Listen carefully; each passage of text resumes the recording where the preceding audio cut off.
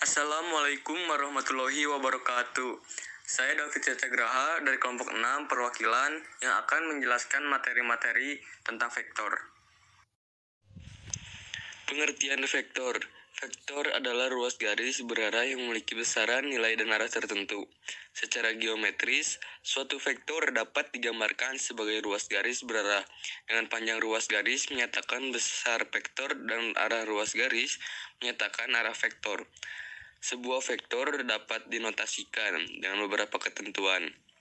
Di antaranya satu huruf kecil bercetak tebal, misalnya U, V, dan W.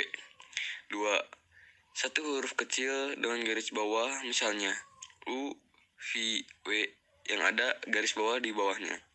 Yang ketiga, satu huruf kecil bertanda panah di atasnya, misalnya U, V, dan W juga. Keempat, dua huruf kapital dan menunjukkan ruas garis berarah, misalnya ruas garis dari titik A ke titik B, dapat dilambangkan dengan A, B, atau sebaliknya. Nah, selanjutnya kita ke definisi. Definisi dari vektor sendiri adalah ruas garis berarah. Maka, bentuk dari vektor bisa kita lihat pada gambar vektor berikut ini. Nah, setelah kita amati gambar vektor di samping, vektor A sama dengan C, kedua vektor tersebut mempunyai panjang vektor dan arah yang sama meskipun letaknya berbeda. Setelah definisi vektor, kita beralih ke jenis-jenis vektor. Vektor ternyata terbagi menjadi beberapa jenis, yaitu 1. Vektor 0. Suatu vektor yang panjangnya 0 dan tidak memiliki arah vektor yang jelas. Yang kedua, vektor posisi. Suatu vektor yang posisi titik awalnya di O 0,0 sedangkan posisi titik ujungnya di satu titik tertentu selain titik O. 3. Vektor satuan. Suatu vektor yang panjangnya satu satuan. 4. Vektor basis.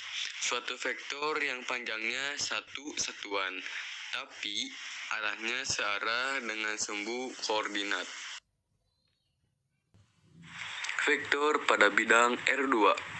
Kita lanjut yuk, karena vektor merupakan salah satu bagian dari geometri, berarti vektor dapat digambarkan pada sebuah bidang R2 atau sebuah ruang R3. Kalau vektor berada pada bidang, maka akan dinyatakan dalam dua sumbu koordinat, yaitu sumbu X dan sumbu Y. Sedangkan vektor yang berada pada ruang R3 akan dinyatakan dalam tiga sumbu koordinat, yaitu sumbu X, sumbu Y, dan sumbu Z. Panjang vektor pada bidang sesuai dengan pengertian. Vektor memiliki panjang tertentu. Nah, untuk menentukan panjang suatu vektor pada bidang R2, kita bisa menggunakan rumus berikut seperti yang ada di gambar.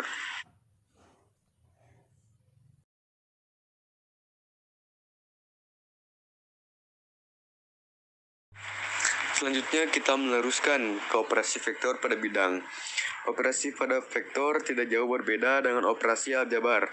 Operasi vektor pada bidang meliputi perjumlahan, pengurangan, perkalian vektor dengan saklar, dan perkalian dua vektor. Di sini ada penjumlahan dua vektor dengan cara jari genjang. Nah, selanjutnya penjumlahan vektor. Dalam penjumlahan dua vektor secara geometri, terdapat dua macam cara penjumlahan yang bisa digunakan, yaitu cara segitiga dan cara jajar genjang. Penjumlahan dua vektor dengan cara segitiga seperti digambar. Namun, secara aljabar, penjumlahan vektor hanya menjumlahkan koordinat titik pusat vektor dengan titik ujungnya, seperti yang digambar.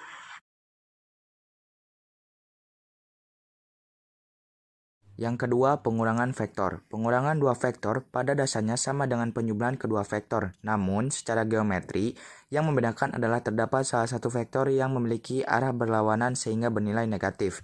Sedangkan secara aljabar hanya mengurangi titik-titik pada koordinat vektornya. Yang ketiga, perkalian vektor dengan skalar. Perkalian antara vektor dengan skalar adalah hasil suatu bilangan skalar K dengan sebuah vektor A. Nah, sekian video materi tentang vektor dari kelompok 6. Mohon maaf bila ada kesalahan. Wassalamualaikum warahmatullahi wabarakatuh.